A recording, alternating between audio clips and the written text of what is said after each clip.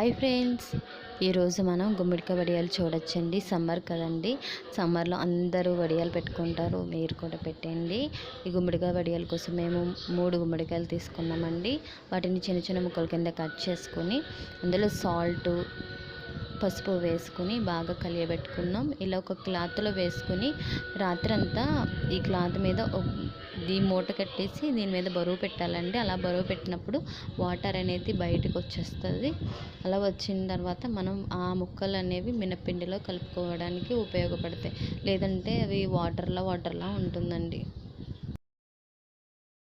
గుమ్మడికాయ ముక్కల్లోకి 1 కేజీ మినపప్పు పడుతుందండి.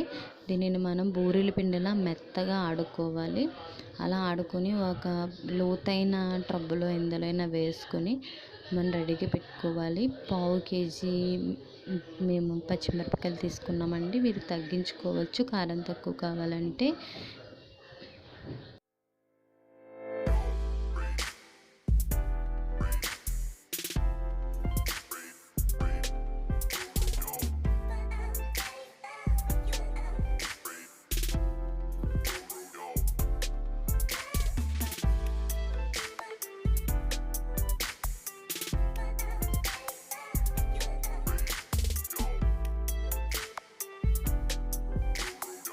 అల్లం పచ్చిమిర్చి గ్రైండ్ చేసుకున్నది ఈ ట్రబ్లో మనం ఈ పిండిలో యాడ్ చేసేసి బాగా కలుపుకోవాలి. సాల్ట్ కూడా సరిపడినంత వేసుకోవాలి.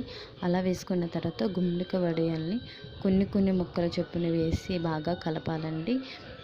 కలిపిన వెంటనే మనం మేడపైకి వెళ్ళి ఒక క్లాత్ వేసేసుకుని వడియాలు అనేవి పెట్టేసుకోవాలి, లేదంటే ఇది వాటర్లా అయిపోతుందండి మినప్పిండి అనేది.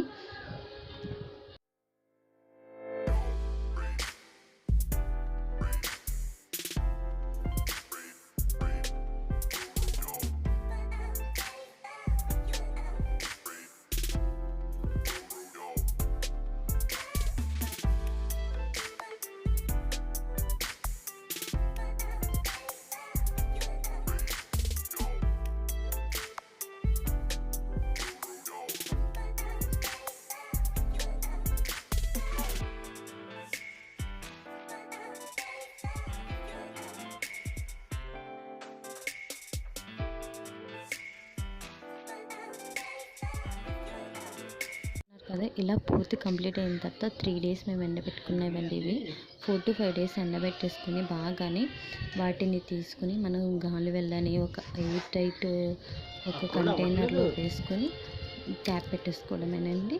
నేను వేపు కూడా చూపిస్తాను, అవి ఎలా ఉన్నాయో ఒకసారి చూడండి.